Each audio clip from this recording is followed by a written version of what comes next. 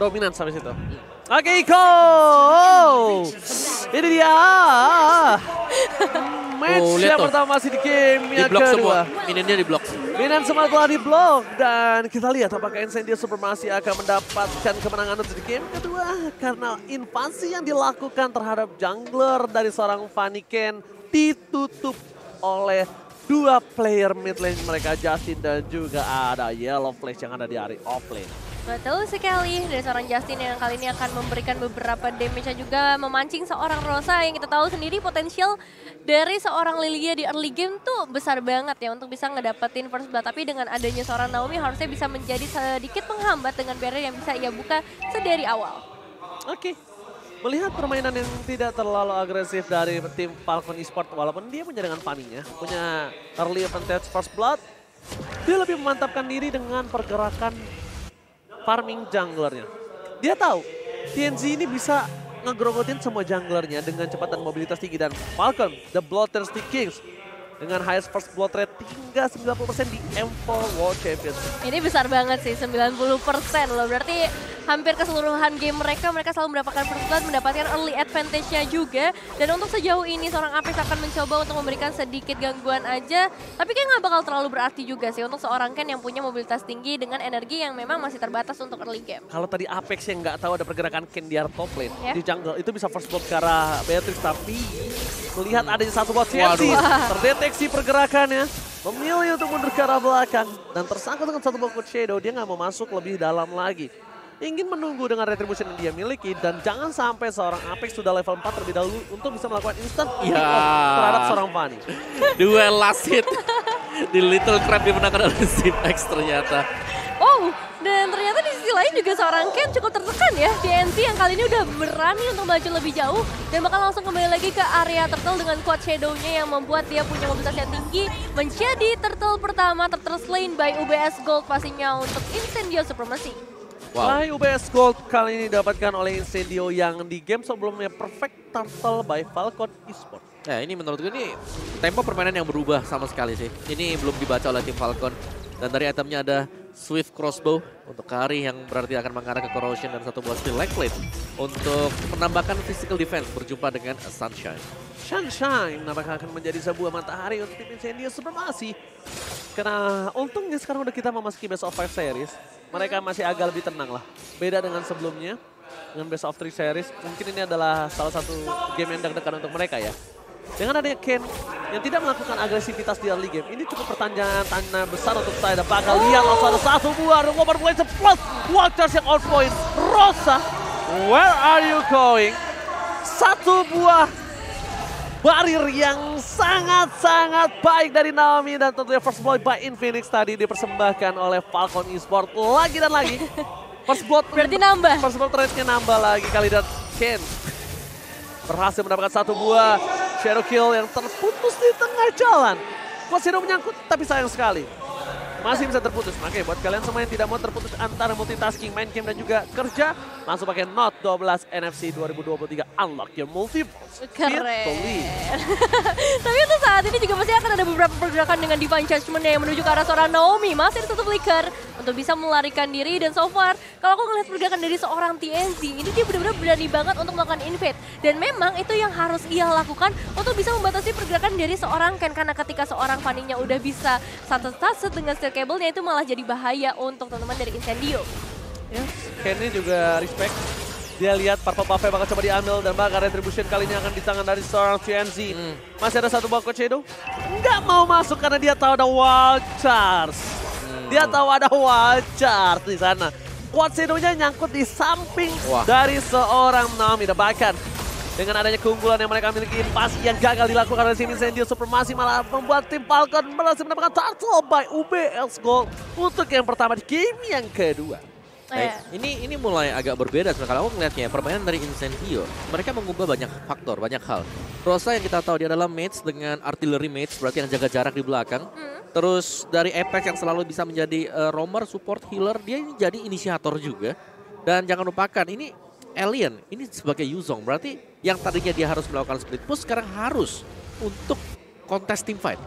untuk menjadi bukaan jalan bagi teman-teman yang lain. Jadi ini tempo permainan yang berbeda sama sekali dan Incendio sejauh ini. Sejauh 5 menit pertama, ini mereka masih bisa mengimbangi Falcon. Wow, di arah top lane akan coba menjadi invasi yang dilakukan oleh tim Incendio Supremacy. Rosa memaksa ada Shadow Kill Watch dikeluarkan for defensive semaksimal mungkin yang bisa dia lakukan. Justin sedikit terlambat untuk melakukan coverisasi dari top lane, tapi Yellow Flash membayar utangnya dan bahkan memberikan satu buah hadiah oleh-oleh. Karena di top lane-nya akan dipaksa, akan dipecahkan. Iya. Ditukerlah sama di bawah. Ini lagi-lagi trade yang menguntungkan untuk tim Falcon. Karena untuk saat ini aja Falcon masih bisa memberikan sedikit perlawanan di area top lane-nya. Mencegah supaya nggak ada outer turret yang harus hilang di tangan mereka. Dan mengusir pastinya untuk Incendio membubarkan semua setup yang udah dibuat. Tadi aku lihat Fanny-nya nggak lewat dulu dan langsung cutthroat, tapi langsung cutthroat berarti dia bukan mau nge-kill. Dia cuma suruh mukul mundur doang. Gitu. Hus!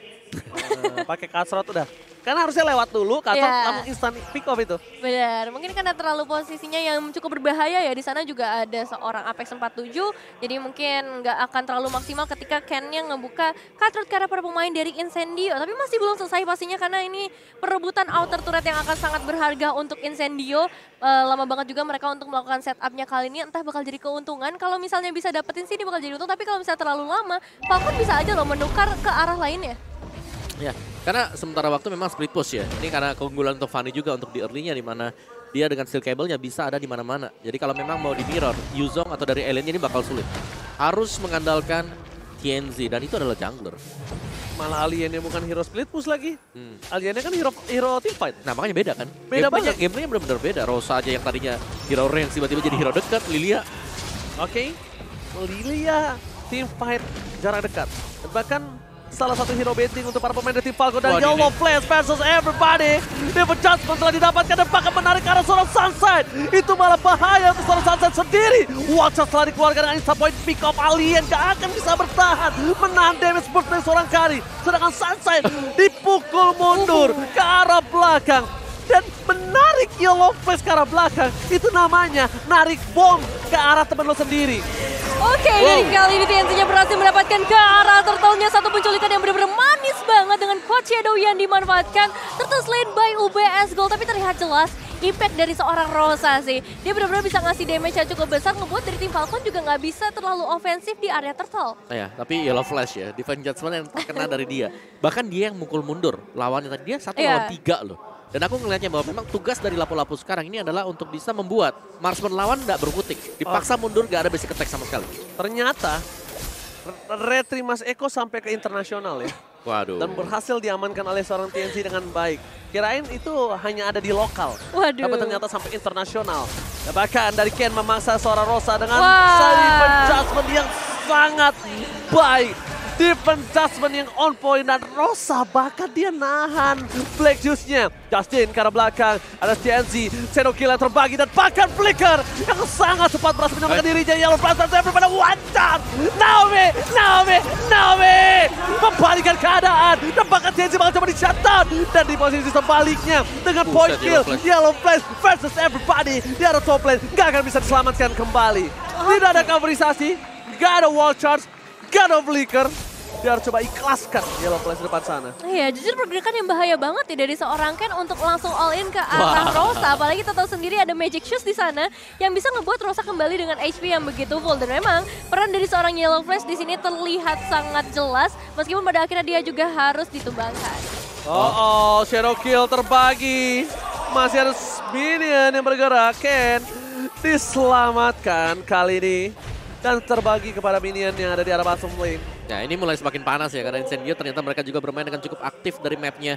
Mengandalkan Apex dengan Divine Judgment-nya. Lebih agresif. Betul.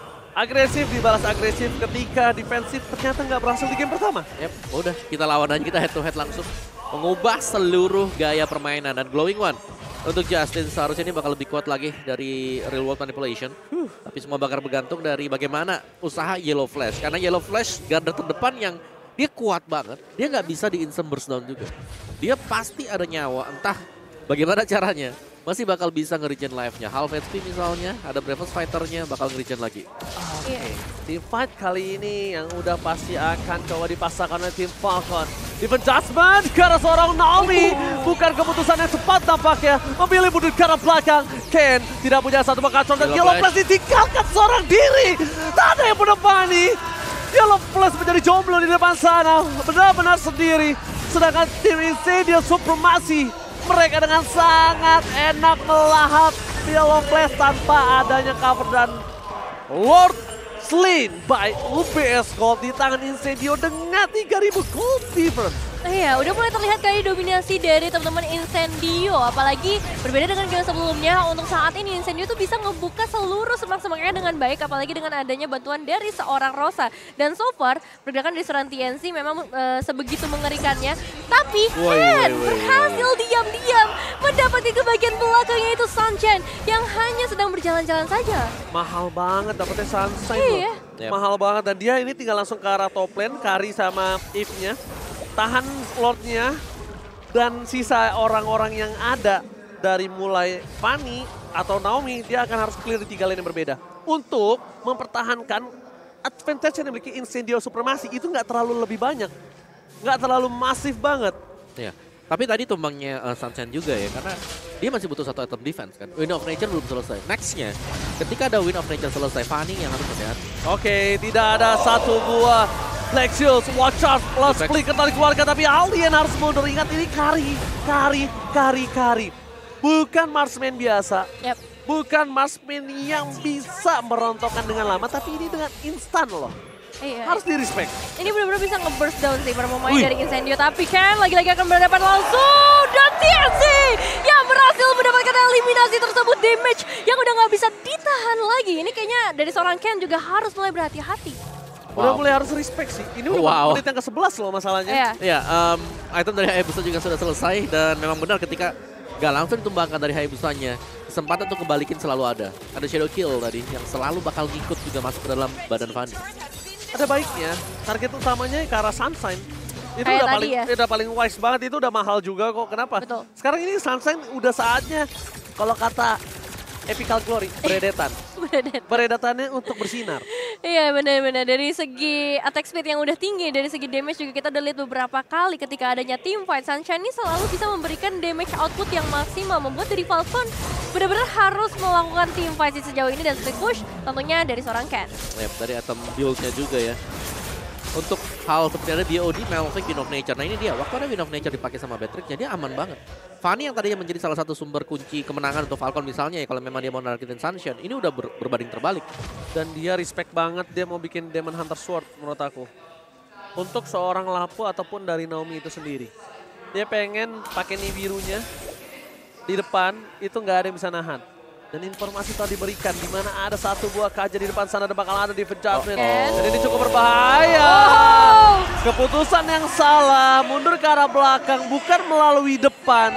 Terkadang itu dia harusnya udah ngebaca map, dia harus tahu, dia harus aware kaja nggak mungkin sendiri. Kaja sendiri itu buat apa? Nggak mungkin. Dia kan tadi lihat di depan sana. Ada kaja pas dia lewat kan? Betul. Harusnya dia putar lewat depan. Yes.